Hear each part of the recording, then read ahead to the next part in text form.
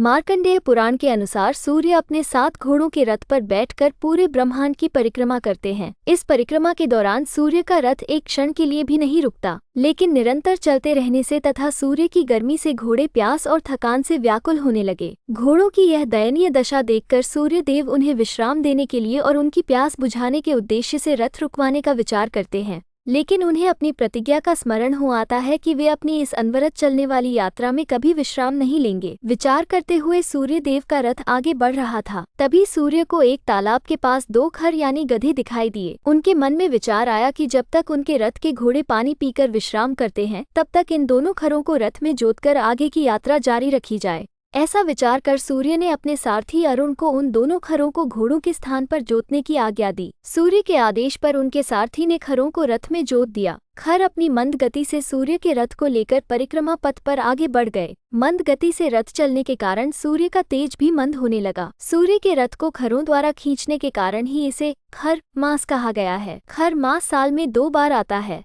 एक, जब सूर्य धनु राशि में होता है। दूसरा, जब सूर्य मीन राशि में आता है। इस दौरान सूर्य का पूरा प्रभाव यानी तेज पृथ्वी के उत्तरी गोलार्ध पर नहीं पड़ता। सूर्य की इस कमजोर स्थिति के कारण ही पृथ्वी पर इस दौरान गृह प्रवेश, नया घर बनाने, नया वाहन, मुंडन, विवाह आदि मांगलिक और शुभ कार्य वर्जित माने जाते हैं। किसी नए कार्य को शुरू नहीं किया जाता। लेकिन इस मास में सूर्य और बृहस्पति की आराधना विशेष फलदायी होती है। गुरुण पुराण के अनुसार खर मास में प्राण त्यागने पर सद्गति नहीं मिलती। इसलिए महाभारत के युद्ध में भीष्म पितामह ने अपने प्राण खर मास में नहीं त्यागे थे। उन्होंने सूर्य के उत्तरायण होने का इंतजार किया था। ध्यान देने की बात है कि खर मास और मल मास में अंतर है।